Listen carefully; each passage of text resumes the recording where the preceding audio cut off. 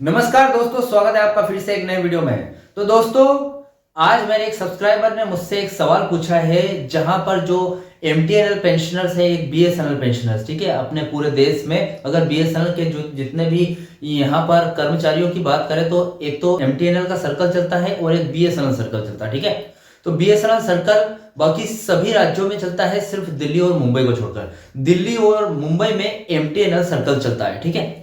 तो अभी बीएसएनएल काफी ज्यादा आगे बढ़ चुका है और बढ़ रहा है, अपनी जो लॉस वाली स्थिति है उससे बाहर निकल चुका है, लेकिन एमटीएनएल सर्कल अभी भी वहीं फंसा है। तो मुझे एक पेंशनर्स है जो कि मेरे सब्सक्राइबर है, उन्होंने मुझसे ये सवाल पूछा है कि जो एमटीएनएल वाले पेंशनर्स है जो कि डोट से अब्सॉर्ब होके एमटीएनएल में आए थे, ठीक है, अब थर्ड पीआरसी लागू हो रहा है, तो थर्ड पीआरसी का लाभ एमटीएनएल वाले जो पेंशनर्स है जो कि डोट में से अब्सॉर्ब होके आए थे उनको मिलेगा या फिर नहीं, इस बात का जवाब दीजिए, ठीक है। तो सीधा सा प्रश्न है, इस प्रश्न को मैंने सोचा कि एक वीडियो बनाकर बताऊं ताकि और भी इससे जुड़े बहुत सारे प्रश्न हो सकते हैं मेरे सब्सक्राइबर्स के, तो उनको भी वीडियो से पता लगे कि क्या उनको भी थर्ड पीआरसी का लाभ मिलेगा या नहीं, ठीक है। तो चैनल पर नए हो तो सब्सक्राइब करें। मेरा नाम है सुनील विश्वकर्मा। जानकारी यूजफुल लगे तो लाइक करके जरूर जाना।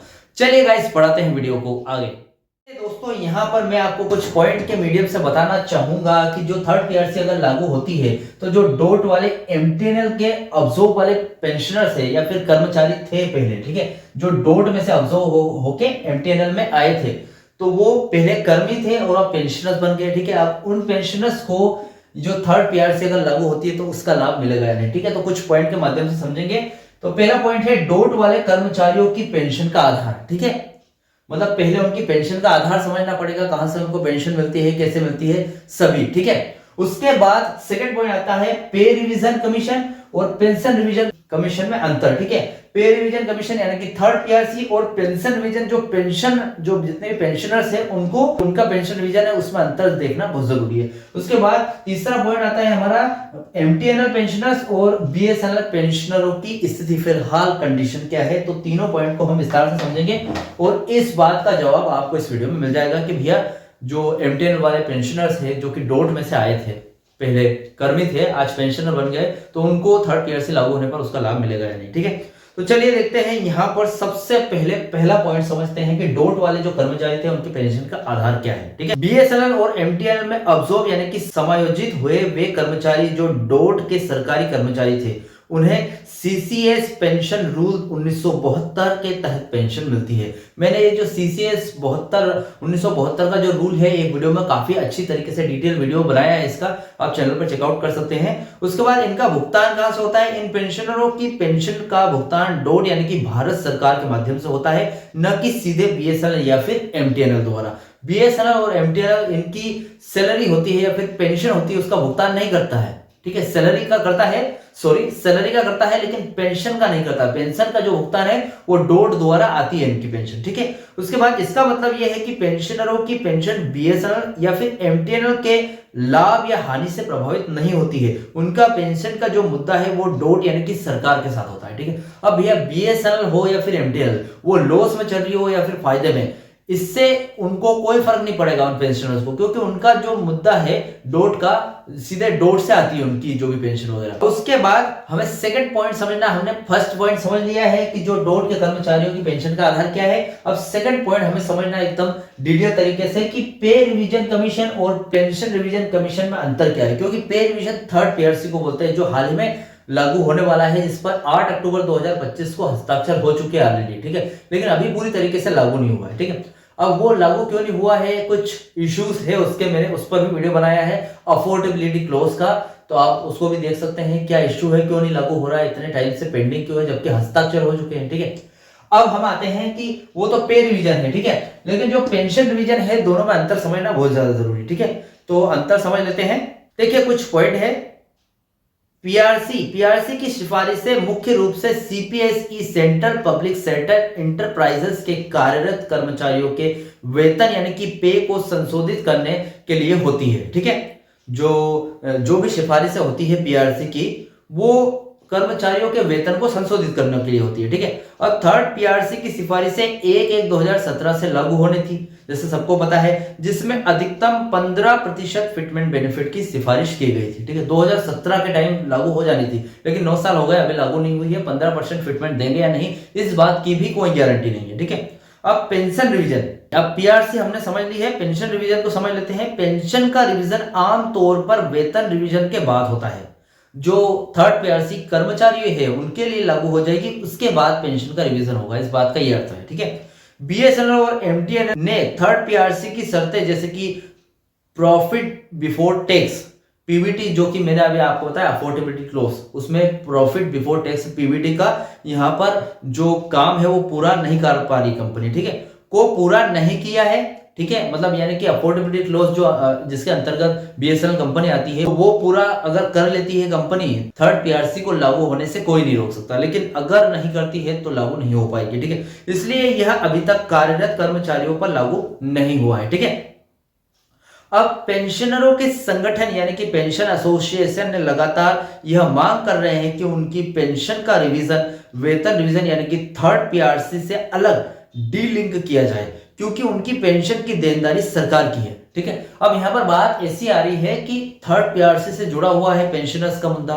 अब अगर थर्ड पीआरसी लागू होती है तभी पेंशनर्स मतलब जो पेंशन संशोधन है वो होगा, ठीक है। लेकिन थर्ड पीआरसी अगर लागू नहीं होती है तो पेंशन भी अटका रह जाएगा। अब बीएसएन पेंशनर्स का या फिर कर्मचारियों की जो भी डोट से आए कर्मचारी है, ठीक है, जो कि पेंशनर्स है, उनको डोट से पेंशन मिलती है, तो उनका ये मुद्दा है या फिर ये इश्यू वो मांग कर रहे हैं, ये डिमांड कर रहे हैं कि भैया आप ये करो कि थर्ड पीआरसी आपको जब लागू करना है तब करो, लेकिन जो पेंशनर्स है, जो कि हमारी जो पेंशन है वो तो सीधे डोट से आती है, उसका आपकी जो कंपनी है बीएसएनएल वो भले लॉस में जाए, वो यहाँ पर फायदे में जाए या फिर नुकसान झेले, कुछ भी करे, उससे हमारा कोई नाता नहीं, क्योंकि हमारी पेंशन तो डोट से मिल रही है। तो ये जो लिंक है थर्ड पीआरसी का, ये हटा दो, हमें थर्ड पीआरसी से कोई लेना देना नहीं। जो पेंशन संशोधन है वो डोट करेगी, ऐसा कोई नियम बना दो, ठीक है। अब समझ में आ रहा होगा आपको।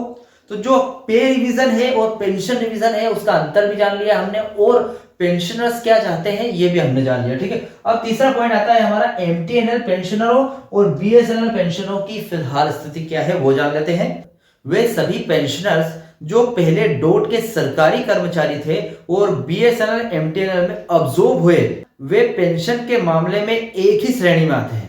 जितने भी बीएसएनएल के पेंशनर्स है डोट के सरकारी कर्मचारी थे पहले, ठीक है, उसके बाद बीएसएनएल या फिर एमटीएनएल में अब्जॉर्ब होके आए हैं, ठीक है, तो वो सभी एक समान माने जाते हैं, भले वो बीएसएनएल में गए हो या फिर एमटीएनएल में गए हो, एक जैसे माने जाएंगे, ठीक है। एमटीएनएल पेंशनरों और बीएसएनएल पेंशनरों दोनों को ही पेंशन का जो भुगतान है वो डोट करता है, ठीक है। अब यहाँ पर जो जब भी पेंशन रिवीजन होता है, जैसे कि सेकंड पीआरसी के समय 1/1/2007 में हुआ था, ठीक है, 2007 में सेकंड पीआरसी का यहाँ पर पेंशन संशोधन किया गया था, पीआरसी लागू हुई थी, तो यह आमतौर पर एमटीएनएल और बीएसएनएल दोनों के ही अब्जॉर्ब पेंशनर का समान रूप से लागू होता है, ठीक है। हालांकि उनका जो पेंशन दाता डीओटी है, अब यहां पर वर्तमान में दोनों यानी कि बीएसएनएल और एमटीएनएल के पेंशनरों की मांग एकजुट है कि थर्ड पीआरसी के अनुसार जो 15% फिटमेंट के साथ उनकी पेंशन का संशोधन 1/1/2017 से किया जाए, ठीक है। मतलब देखिए, अगर थर्ड पीआरसी लागू होती, पहले तो पेंशनर्स बोल रहे हैं कि थर्ड पीआरसी को डीलिंक कर दो, ठीक है, मतलब अलग कर दो, जो वेतन संशोधन है वो डोट करेगा हमारा, जो भी करेगा वो, क्योंकि हमारी पेंशन वहीं से मिलती है। और अब यहाँ पर बोला जा रहा है कि 15% फिटमेंट के साथ हमारी जो थर्ड पीआरसी है, जो पेंशन संशोधन है, ठीक है, थर्ड पीआरसी लागू होगी, उसके अनुसार 15% फिटमेंट के साथ जो पेंशन का संशोधन है वो 1/1/2017 से किया जाए, ठीक है। आपकी थर्ड पीआरसी 2025 हो गई है, अभी 2025 हो गया है, लेकिन थर्ड पीआरसी लागू नहीं हुई, जब करना है तब कर लेना। लेकिन हमारी जो पेंशन संशोधन है वो 1/1/2017 के टाइम जो भी 15% फिटमेंट मिलना था हमको, वो अभी कर दिए जाए, और वो भी डोट के द्वारा, बीएसएनएल के द्वारा नहीं। अब भैया बीएसएनएल भले लॉस में जा रही हो, फायदे में जा रही हो, हमें उनसे कोई नाता नहीं रखना, ठीक है, ऐसा यहाँ पर बोला जा रहा है, ठीक है। अब हमारे तीनों पॉइंट लगभग क्लियर हो चुके हैं। और अब देखिए, आपका जो प्रश्न था उसका लास्ट देख लेते हैं कि एमटीएनएल पेंशनर्स को थर्ड पीआरसी का लाभ मिलेगा या नहीं, ठीक है। अब देखिए बीएसएनएल में थर्ड पीआरसी लागू होने पर एमटीएनएल पेंशनरों को लाभ मिलेगा या नहीं, इसका उत्तर कुछ बातों पर निर्भर करता है, जैसे कि सीधा संबंध नहीं है। पहली बात तो ये, जैसे कि थर्ड पीआरसी बीएसएनएल के कार्यरत कर्मचारियों का वेतन संशोधन है, ठीक है। अब एमटीएनएल पेंशनरों का लाभ सीधे बीएसएनएल के कार्यरत कर्मचारियों के वेतन संशोधन पर निर्भर नहीं करता है, ठीक है। जो भी कर्मचारी अभी फिलहाल में वर्क कर रहे हैं उनका पीआरसी अभी लागू नहीं हुआ है, ठीक है। अब देखा जाए तो बीएसएनएल जो पेंशनर्स है उनका लाभ, जो भी उनको वेतन संशोधन होना चाहिए, वो सीधे रूप से थर्ड पीआरसी पर निर्भर नहीं है, ठीक है। अब पहले थर्ड पीआरसी लागू हो गए, फिर वेतन संशोधन, मतलब वेतन संशोधन पेंशन संशोधन है, दोनों अलग अलग है, ठीक है। चूंकि एमटीएनएल और बीएसएनएल दोनों के अब्जॉर्ब पेंशनरों को पेंशन डोट से मिलती है और वो सीसीएस पेंशन रूल के तहत आते हैं, इसलिए जब भी पेंशन संशोधन का अंतिम निर्णय होगा यह दोनों को मिलेगा, ठीक है। अब यहाँ पर यह है कि जो डोट से उनको पेंशन मिलती है, ठीक है, और वो सीसीएस पेंशन रूल यानी कि 1972 का जो पेंशन रूल है उसके तहत आते हैं, ठीक है। अब जब भी यहाँ पर पेंशन संशोधन होगा, ठीक है, यह दोनों को मिलेगा, ठीक है। अब जो डोट वाले कर्मचारी उनको भी मिलेगा, और जो बीएसएनएल में 2000 बाद के जो कर्मचारी हैं जो काम पर थे और अब पेंशनर्स बन चुके हैं, ठीक है, वो रिटायर होकर पेंशनर बन गए हैं, तो दोनों को पेंशन संशोधन जब भी होगी दोनों को लाभ मिलेगा, ठीक है। अब यहाँ पर डोट बीएसएनएल में थर्ड पीआरसी लागू होने पर इंतजार किए बिना पेंशन रिवीजन के लिए एक फॉर्मूला, जैसे कि 7 सीपीसी का जो तरीका था थर्ड पीआरसी में 15% फिटमेंट तय कर सकता है। डोट द्वारा लिया गया पेंशन रिवीजन या निर्णय एमटीएनएल के पेंशनरों को भी समान रूप से लागू हुआ, ठीक है। अब अगर डोट चाहे तो वो खुद भी अपना जो वेतन संशोधन है वो लागू कर सकता है, ठीक है, क्योंकि डोट अलग है और बीएसएनएल अलग है, ठीक है। अब बीएसएनएल का थर्ड पीआरसी भले लागू हो या ना हो, लेकिन डोट वेतन संशोधन लागू कर सकता है। अगर डोट वेतन संशोधन लागू करता है तो इससे एमटीएनएल पेंशनर्स हो या फिर बीएसएनएल पेंशनर्स दोनों को फायदा जरूर मिलेगा, ठीक है। अब बीएसएनएल में थर्ड पीआरसी का लागू होना यह एक संकेत हो सकता है कि अब पेंशन संशोधन की प्रक्रिया आगे बढ़ेगी, लेकिन एमटीएनएल के पेंशनरों को लाभ बीएसएनएल के वेतन संशोधन से नहीं बल्कि भारत सरकार डोट द्वारा पेंशन संशोधन के संबंध में लिए गए समान निर्णय से मिलेगा, ठीक है। अब यहाँ पर जो आपका सवाल था कि एमटीएनएल जो अगर थर्ड पीआरसी लागू होती है तो एमटीएनएल कर्मचारियों को लाभ मिलेगा या नहीं, ठीक है। अब देखिए यहाँ पर बात यह आ रही है कि डोट अगर निर्णय ले तो एमटीएनएल को फायदा मिलेगा, और वो भी थर्ड पीआरसी लागू होने से पहले मिल सकता है, और या फिर अगर थर्ड पीआरसी लागू हो भी जाती है तो भी आपको फायदा सीधे मिल जाएगा, क्योंकि उसके बाद वेतन संशोधन होना तय है, ठीक है। तो अब देखिए आपके पास दो रास्ते खुल जाते हैं यहाँ पर कि आपको थर्ड पीआरसी से भी फायदा मिल रहा है, और जो अगर डोट निर्णय पहले ले लेती है तो भी उससे फायदा हो जाएगा, ठीक है। तो भैया यहाँ पर आपको आपके सवाल का जवाब ये है कि आपको अगर थर्ड पीआरसी लागू होती है तो भी यहाँ पर फायदा मिलेगा, या फिर अगर डोट पहले यहाँ पर डिसीजन ले लेता है वेतन संशोधन करने का तो भी आपको फायदा मिल सकता है, ठीक है।